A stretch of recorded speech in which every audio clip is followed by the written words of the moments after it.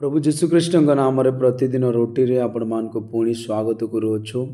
आज एप्रिल मास 14 तारीख रविवार दिन 2024 वर्ष। आज ध्यान हेउछि पापरु आमे दया पाइलु।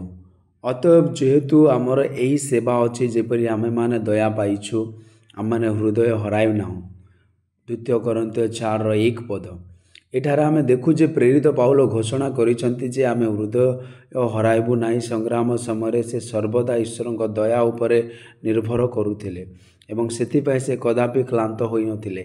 से क्लांत होई नथिले एवं उच्छरू पवित्र आत्मा उपरे निर्भर करी शक्तिशाली हेथिले।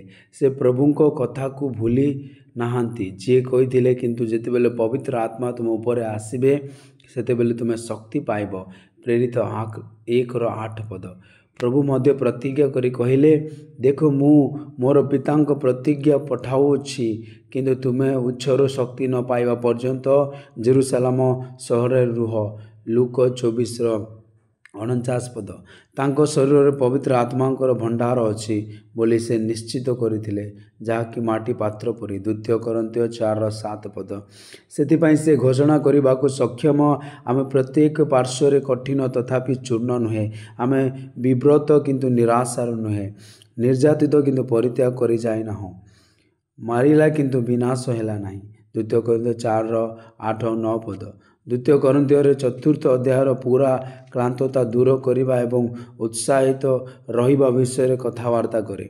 प्रेरित पाउल सेही अध्याय को समाप्त करी कहिसंती, तेणु आमे हृदय हराउ नाहु। जदिओ आमर बाह्य मनीष विनष्ट हेउछि, तथापि आंतरिक व्यक्ति दिन को दिन नवीनीकरण हेउछि।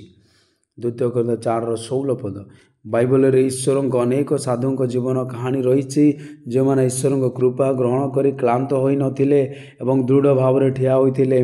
गोटे बड़ उदाहरण हेउछि अब्राहम। जेतेबेले तांको 70 वर्ष होइतिला, प्रभु तांको एक पुत्र प्रतिज्ञा करिथिले, किंतु सेही प्रतिज्ञा पुत्र को जन्म देबा पई 25 वर्ष समय लागिला। से वृद्धावस्था थिले मध्य से कदापि क्लांत होई नथिले किबा तांकर आशा ह्रास पाइला नाही। जेतेबेले भी से समुद्र कूल थिबा बाली को चाहिए, से विश्वास रे ईश्वर को प्रशंसा कले। जेतेबेले भी से पृथ्वी रो धूली देखिले, से ईश्वर को धन्यवाद देले। आउरी मध्य जेबे भी से स्वर्गर तारागण को देखिले, से मानू को निज संतान भाव रे देखिले एवं आत्मा रे आनंदित हेले। प्रभु तांकर अवस्मरणीय विश्वास को सम्मान कले एवं तांको इसहाक को आशीर्वाद रूपे देले। प्रभु मध्य अब्राहम को विश्वस्तर पिता भाव रे सृष्टि कले। पालक रोलांड्स ईश्वर को जड़े जनाशुना सेवक ईश्वर का आह्वान को आधार करी से एक कोठा भड़ा करी एक चर्च आरंभ कले, किंतु रविवार सेवा पाई केही नथिले एवं सेही खाली चेयर रे प्रचार करुथिले। यह केवल 1 वर्ष किंबा 2 वर्ष न 7 वर्ष पर्यंत चलीथिला।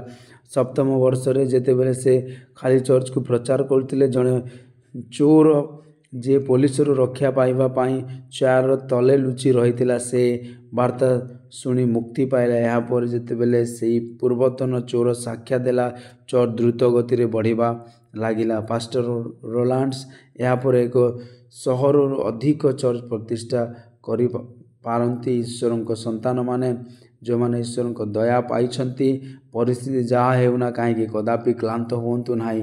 तुमर विश्वास कदापि वृथा हेबो नाही। अधिक ध्यान करिबा पई जिसाय 40:28 पद। तुमे कि जानो नाही, तुमे कि सुनी ना हो, पृथ्वीर प्रांत सकल सृष्टिकर्ता अनादि अनंत परमेश्वर सदाप्रभु क्लांत हुंती नाही किंबा श्रांत हुंती नाही। तांकर वृद्धि बोधर अगम्य। प्रभु ए वाक्य रे आपनको समस्त को आशीर्वाद करंतु। आमेन।